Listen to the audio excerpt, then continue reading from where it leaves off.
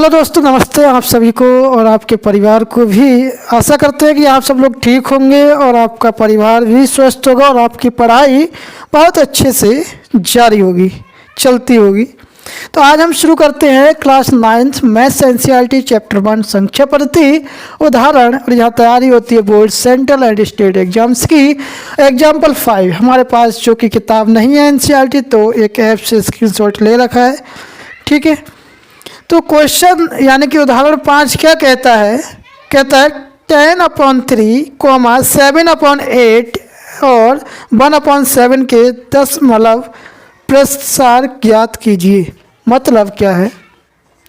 10/3, 7/8 और 1/7, ठीक है। इसके लिए ये जो एग्जाम्पल है, इसको दशमलव प्रसार ज्ञात करना है, यानी कि डेसिमल शो करना है। डेसिमल देखो, सॉल्यूशन इसका क्या है? 3 से 10 डिवाइड हो जाएगा, लेकिन पूर्णतः भाग नहीं जाएगा। 8 से 7 डिवाइड नहीं होगा, तो इसके लिए कुछ रूल होते हैं, वो हमें फॉलो करना होगा। और जो कि आप सभी ने अपने प्रीवियस क्लासेस या एलिमेंट्री क्लासेस यानी कि पिछले छोटे कक्षाओं में पढ़ा हुआ है। और जिन लोगों ने सीखा है वो लोग इसको जानते होंगे, और जिन्होंने नहीं सीखा है उन्हें मैं अब सिखा देता हूँ। लेकिन अब सीख जाना, क्योंकि क्लास 9th आ चुका है और 10th में ऐसे क्वेश्चन आ जाते हैं। 1/7 7 से 1 डिवाइड हो जाएगा, ठीक है। अब देखो क्या करते हैं, 3 से 10 को डिवाइड करते हैं, 3 से 10 को भाग देते हैं, कितना हो जाएगा? 3 3 9, ठीक है। बचा 1, पॉइंट लगाया जिसे कहते हैं डेसिमल या दशमलव, ठीक है। पॉइंट लगाया, 0 बढ़ाया, 3 3 9, फिर 1 बचा, ये रिमाइंडर यानी कि शेष बचा। फिर पॉइंट लगा हुआ है, 0 बढ़ाया, 3 लिखा, यानी कि 3 का बार दिया, 3 3 9, और फिर 1 रिमाइंडर बचा। फिर पॉइंट लगा हुआ है, 3 का बार दिया, फिर हमें 10 हो गया, 1 बचा, ठीक है। कितना बार दे दिए? सही है। और 9 बचा, 1 हो गया।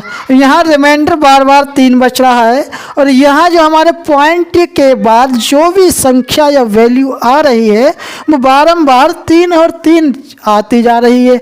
तो हमें क्या करना है? अब इसको यहीं रोक देना है, और इससे हमें पता लग जाता है कि हमारी ये वैल्यू जो आ रही है वो बार बार ऐसे ही चलती रहेगी, इसका कोई अंत नहीं है। ये अजर अमर भगवान ने कर दी है, ठीक है। तो कोई दिक्कत नहीं। अब आगे देख लेते हैं। तो जब ऐसे बार बार, आपको सिर्फ क्या करना है कि अब आप कहेंगे भैया ऐसे हम कब तक डिवाइड करते रहेंगे, आपने तो 3 पॉइंट के 3 संख्याओं के बाद रोक दिया डिवाइड करना। हाँ, तो आपको अभी डेसिमल के दशमलव के 3 संख्याओं के बाद बार देने के बाद रुक जाना है और देख लेना है कि भाई कि बार बार रिपीट हो रहा है, कोई ऐसा तो नहीं कि आगे जाकर कुछ चेंज हो। सवाल करते हुए पता लग जाता है, ठीक है। तो आपको हमेशा कोई भाग करें और पॉइंट में भी करना है, तो पॉइंट के 3 संख्याओं बाद रुक जाना चाहिए, ठीक है। अब हम करते हैं दूसरा, क्या है? 7/8। अब 8 से 7 कैसे भाग होगा भैया? ये तो 7, ये जो 8 भाजक है ये बड़ा है, और ये जो भाज्य है वो 7 छोटा है, ठीक है। तो ये कैसे होगा? देखो, अब मैं 8 से जब 7 में भाग दूंगा, पहले तो दी नहीं जाएगी क्योंकि छोटी संख्या है, तो मुझे क्या करना है? 0 लगा के पॉइंट बढ़ा लेना है। अब ये 0 मैंने क्यों लगाया, इसका कारण बता दूं। जो कि आपको जो पॉइंट लगाया मैंने, ये चमक जाए यानी कि दिख जाए, इसलिए 0 पहले लगा देते हैं जिससे कि पॉइंट दिख जाए। इसके लगाने ना लगाने से कोई फ़र्क नहीं पड़ता, लेकिन पॉइंट जब हमने लगाया है तो यहाँ पर हो जाएगा 70। जब पॉइंट लगाएंगे तो 1 0 बढ़ जाएगा। अब क्या करना है? 8 7 56 होता है, 8 2 64 होता है, और 8 9 72 जो कि ज़्यादा हो जाएगा, तो 8 2 64 का बार हमें यहाँ पर दे देना है, ठीक है। कितना हो जाएगा? यहाँ 0 में से 4 घटेगा नहीं, 1 हाथ से लेंगे, 10 में से 4 जाएगा, बचेगा 6, और यहाँ 6 का 6 0 हो गया, ठीक है। अब हमें 6 फिर से नहीं जाएगा, फिर पॉइंट लगाना होगा। 8 2 64 ज़्यादा हो जाएगा, 8 7 56, ठीक है।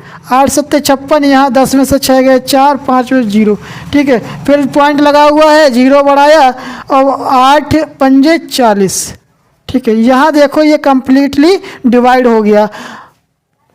अब यहाँ तो कोई समस्या नहीं है आपके लिए, केवल क्या था कि आपका जिसमें भाग देना था वो संख्या छोटी थी तो उसको पॉइंट लगा के 0 बढ़ा लेना था और बड़ी संख्या बन जाती है।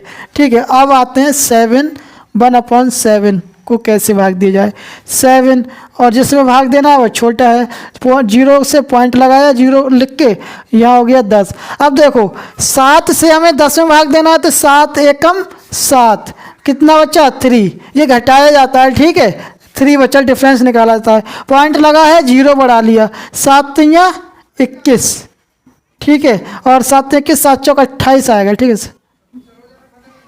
7 पंजे 35 ज़्यादा हो जाएगा तो 7 चौक 28। यहाँ कितना बचा 2, जो कि 3 में से एक हासिल लिया था ना, तो यहाँ हो गया 10, 10 में से 8 गया तो 0, और यहाँ 2 में से 2 गया तो 0, 10 में से 8 गया तो 2। सही है, इसके बाद पॉइंट लगा हुआ है, 0 बढ़ाया, 7 दूनी 14, कितना बचा, अच्छा ये सब आता होगा आपको। 7 दूनी 14, पॉइंट लगा है, 0 बढ़ाया, 7 8 56, 7 8 56 और 7 8 56। यहाँ कितना हो गया, 4 बचा और पॉइंट लगा है, 0 बढ़ाया, 8 पंजे 40। ठीक है, यहाँ देखो ये भी अंत हो गया, इसका अंत हो गया। सही कर दूँगा मैं, 7 8 56, 7 ने 63 सही है। बच्चा कितना, 4, 7 दूनी 14, 7 21, 7 चौक 28, 7 पंजे 35, 7 छंग 42, ये गलत हो रहा है। ठीक है, 7 पंजे 35 आएगा, 7 पंजे 35, जल्दबाजी में गलत हो रहा है। 7 पंजे 35, बच्चा कितना 5, पॉइंट लगा है, 0 बढ़ाया, 7 8 7 7 49, 7 7 49, बच्चा 1, पॉइंट लगाया, 0 बढ़ाया, पॉइंट लगा हुआ है, 0 बढ़ाया, 7 एकम 7। अब आपके लिए एक कहानी बताऊंगा जहाँ में क्या चीज़ बन रही है। पॉइंट लगाया, 0 बढ़ाया, 7 दूनी 14, 7 तिया 21, यहाँ कितना बचा 7, सॉरी 7 नहीं बचेगा यहाँ, यहाँ कितना बचा 10 में से गया 9। ठीक है, 7 21, अरे सॉरी 7 चौक 28, इतनी भी जल्दी कहाँ की है माँ साहब, 7 चौक 28 सही है। अब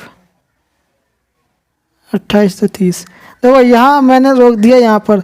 अब करूँगा तो 7 दूनी 14, 7 21, 7 दूनी 14, यानी कि कितने 6 पर। ठीक है, अब देखो एक चीज़ आपको पता लग रही है, यहाँ पर 1 4 2 आ रहा है, और देखो अगर मैं यहाँ कर भी दूँ इसके लिए तो 7 दूनी 14, यहाँ हो गया 6 फिर से। ठीक है, तो ये देखो 1 4 2 और 8 5 7, यहाँ देखो फिर से रिपीट होने लगा 1 4 2। तो ये कुछ एक्सेप्शन केस होते हैं जिनमें 3 से पॉइंट के बाद 3 से ज़्यादा संख्या तक हमें डिवाइड करना होता है, फिर कुछ खंड के बाद, फिर खंड के बाद ये फिर से रिपीट होने लगता है। तो मैं इसको क्या लिख सकता हूँ, इसको मैं लिख सकता हूँ 0.1 4 2 8 5 7, इसको रिपीटिंग मेथड में लिख सकता हूँ। ठीक है, इस बार का मतलब क्या है, इस बार का मतलब क्या है, रहस्य क्या है, तो इस बार का रहस्य कोई ज़्यादा बड़ा रहस्य नहीं है, आपसे छिपेगा नहीं, उजागर जरूर होगा। इस बार का मतलब है कि कोई संख्या रिपीट हो रही है बार बार, कोई संख्या या कोई प्रखंड या कोई समूह,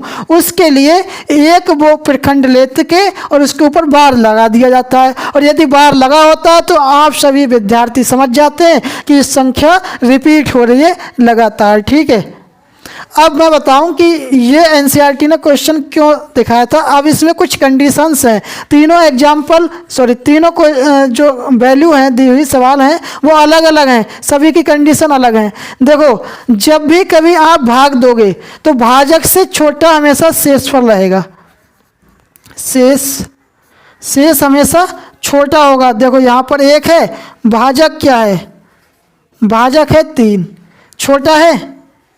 अब देखो, अब मैं क्या क्या लिख सकता हूँ, यहाँ ऐसे लगा सकता हूँ। ठीक है, अब यहाँ पर देखो, यहाँ क्या, यहाँ भाजक शेष है 0, शेष है 0। ठीक है, यहाँ जब घटाओगे तो 0 बचेंगे 2। ठीक, और भाजक क्या है, भाजक है 8। ये मैं ग्रेटर देन लेस देन का सिंबल लगा रहा हूँ। यहाँ शेष है 6, भाजक है कितना 7। ठीक है, अब यहाँ देखो, ये हमारे पॉइंट के बाद 3 संख्याओं के बाद पता लग गया कि रिपीट हो रहा है, तो ऐसी को हम क्या बोलते हैं, नॉन टर्मिनेटिंग डेसिमल। ठीक, अशांत दशमलव, अशांत दशमलव। ठीक है, और ये इसको बोलते हैं शांत दशमलव।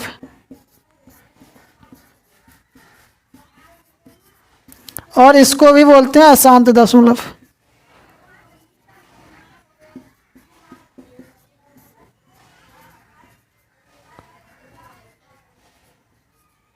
ठीक है, तो क्या पता लगता है इससे कि अगर कोई भी संख्या पॉइंट के बाद रिपीट हो रही है, बार बार चल रही है, उसे अशांत डेसिमल यानी कि नॉन टर्मिनेटिंग रिकरिंग कहते हैं। ठीक है, और अगर कोई शेषफल 0 रह जाता है और वो भाग पूरी कंप्लीटली डिवाइड हो जाती है, पॉइंट के बाद कोई आगे नहीं चलता है जितने संख्या है उसके के बाद, तो उसे कहते हैं शांत डेसिमल यानी कि डेसिमल कहते हैं उसे। ठीक है, शांत डेसिमल टर्मिनेटिंग, और अशांत डेसिमल नॉन टर्मिनेटिंग। अब एक नंबर और होता है जो चलता रहता है, पॉइंट के बाद चलता रहता है। जैसे मैं बताऊं, पॉइंट के बाद चलेगा इस तरीके से। ठीक है, पॉइंट के बाद इस तरीके से चलेगा, कुछ भी आ सकता है। ठीक है, कोई पता नहीं लगेगा उसका कि रिपीट नहीं कर रहा है, और नंबर भी सेम नहीं आएंगे। ठीक है, रिपीट तो कर रहा है, रिपीट नहीं कर रहा है यानी कि नंबर भी सेम नहीं आएंगे, और भाग चलता रहेगा, एंड नहीं होगा उसका। ठीक है, अंत नहीं होगा उस क्वेश्चन का। उसको कहते हैं non terminating non recurring, non terminating non recurring यानी कि अशांत दशमलव कहते हैं उसे। ठीक है, हिंदी में। बस यही इसमें बताया गया था कि आपको बताना था कि इन सभी का क्या क्या कंडीशन है, क्या नहीं है। तो आपको यदि समझ में आया हो तो लाइक करें वीडियो को, और कमेंट बॉक्स में बताएं कि समझ में आया या नहीं।